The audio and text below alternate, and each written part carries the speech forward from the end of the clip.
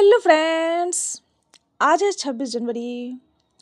तो आप सभी को 26 जनवरी की हार्दिक शुभकामनाएं। तो आइए देखते हैं 26 जनवरी से रिलेटेड कुछ मोस्ट इम्पॉर्टेंट करंट अफेयर्स और उससे रिलेटेड कुछ फैक्ट्स। तो अगर आप किसी भी कम्पिटिटिव एग्जाम की तैयारी कर रहे हैं तो करंट अफेयर्स का ये वीडियो लास्ट तक ज़रूर देखें। अगर आप इस वीडियो का PDF चाहते हैं तो आप हमारे टेलीग्राम चैनल को ज्वाइन कर सकते हैं। टेलीग्राम का लिंक डिस्क्रिप्शन में मिल जाएगा। अगर आप चैनल पे नए हैं तो चैनल को सब्सक्राइब कर लीजिएगा। तो आइए शुरू करते हैं आज का सवाल। सवाल नंबर 1 है, हाल ही में यूरोपीय यूनियन ने किस देश के साथ सिक्योरिटी एंड डिफेंस एग्रीमेंट को मंजूरी दी है? तो यूरोपीय यूनियन ने भारत के साथ सिक्योरिटी एंड डिफेंस एग्रीमेंट को मंजूरी दी है, यानी सही जवाब होगा ऑप्शन ए। आइए देखते हैं इसके आंसर को डिटेल से। हाल ही में रक्षा समझौते के तहत दोनों देशों के बीच फ्री ट्रेड एग्रीमेंट, डिफेंस और सिक्योरिटी डील और साइबर सिक्योरिटी का विस्तार किया जाएगा और 27 जनवरी को नई दिल्ली में होने वाले भारत EU शिखर सम्मेलन में इस एग्रीमेंट पर साइन होंगे।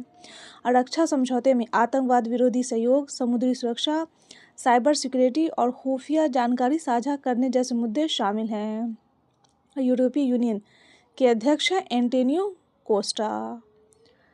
आइए देखते हैं अगला नंबर सवाल। सवाल नंबर 2 है, हाल ही में डाटा कम्युनिकेशन ने किसे अपना MD एंड CEO नियुक्त किया है?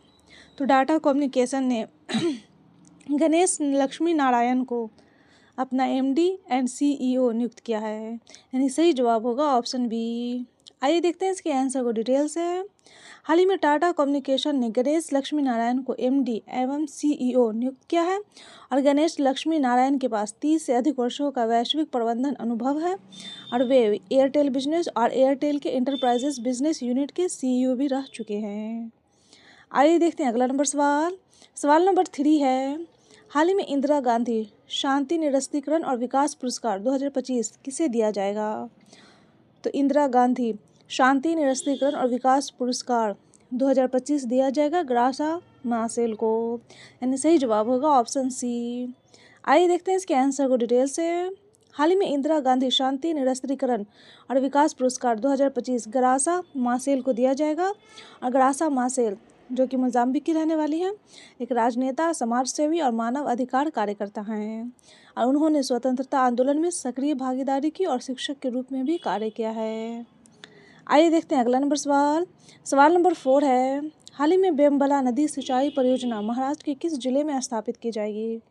तो बेम्बला नदी सिंचाई परियोजना महाराष्ट्र के यवतमाल जिले में स्थापित की जाएगी, यानी सही जवाब होगा ऑप्शन सी। आइए देखते हैं इसके आंसर को डिटेल से। हाल ही महाराष्ट्र कैबिनेट ने 4,775 करोड़ की बेम्बला नदी सिंचाई परियोजनाओं को मंजूरी दी है और यह परियोजना यवतमाल जिले में स्थापित की जाएगी और परियोजना का उद्देश्य बड़े क्षेत्र में सुनिश्चित सिंचाई सुविधा उपलब्ध कराना है और इसमें कृषि उत्पादकता में वृद्धि होने की उम्मीद है। आइए देखते हैं अगला नंबर सवाल। सवाल नंबर 5 है, हाल ही में एशिया मैन्युफैक्चरिंग इंडेक्स 2026 में भारत को कौन सा स्थान प्राप्त हुआ है? तो एशिया मैन्युफैक्चरिंग इंडेक्स 2026 में भारत को 6ठा स्थान प्राप्त हुआ है, यानी सही जवाब होगा ऑप्शन सी। आइए देखते हैं इसके आंसर को डिटेल से। हाल ही में एशिया मैन्युफैक्चरिंग इंडेक्स 2026 में भारत 6वें स्थान पर रहा है और एशिया मैन्युफैक्चरिंग इंडेक्स 2026 में कुल 11 एशियाई देशों का मूल्यांकन किया गया है और यह सूचकांक एशिया की प्रमुख अर्थव्यवस्थाओं की तुलना करता है और चीन ने एशिया मैन्युफैक्चरिंग इंडेक्स 2026 में पहला स्थान बनाए रखा है। आइए देखते हैं अगला नंबर सवाल। सवाल नंबर 6 है, हाल ही में राष्ट्रीय बालिका दिवस कब मनाया गया है? तो राष्ट्रीय बालिका दिवस मनाया गया है 24 जनवरी को, यानी सही जवाब होगा ऑप्शन बी। आइए देखते हैं इसके आंसर को डिटेल से।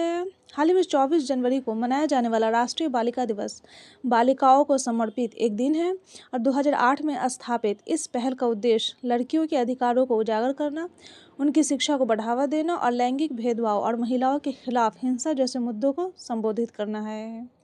आइए देखते हैं अगला नंबर सवाल। सवाल नंबर 7 है, हाल ही में 81 वन्यजीव प्रजातियों के साथ एक नया जैविक पार्क कहाँ स्थापित किया जाएगा? तो एक नया जैविक पार्क स्थापित किया जाएगा राजस्थान में, यानी सही जवाब होगा ऑप्शन सी। आइए देखते हैं अगला नंबर सवाल। सवाल नंबर 8 है, हाल ही में किस देश ने आधिकारिक रूप से WHO से खुद को अलग किया है? तो अभी अमेरिका ने WHO से खुद को अलग कर लिया है, यानी सही जवाब होगा ऑप्शन बी। आइए देखते हैं अगला सवाल।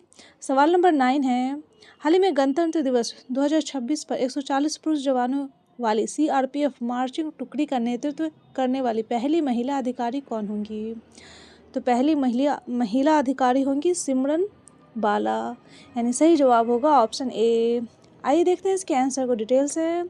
हाल ही में 26 वर्षीय सिमरन बाला गणतंत्र दिवस 2026 पर देश की सबसे बड़े अर्धसैनिक बल की पुरुष टुकड़ी का नेतृत्व करने वाली पहली महिला अधिकारी बनेंगी। और सिमरन बाला जम्मू कश्मीर के राजौरी जिले यानी कि नौशेरा की रहने वाली हैं। आइए देखते हैं अगला सवाल। सवाल नंबर 10 है, हाल ही में न्यूजीलैंड में भारत के नए उच्चायुक्त के रूप में किसे नियुक्त किया गया है? तो न्यूजीलैंड में भारत के नए उच्चायुक्त के रूप में नियुक्त किया गया है मुआन पुई सायावी को, यानी सही जवाब होगा ऑप्शन बी। आइए देखते हैं इसके आंसर को डिटेल से।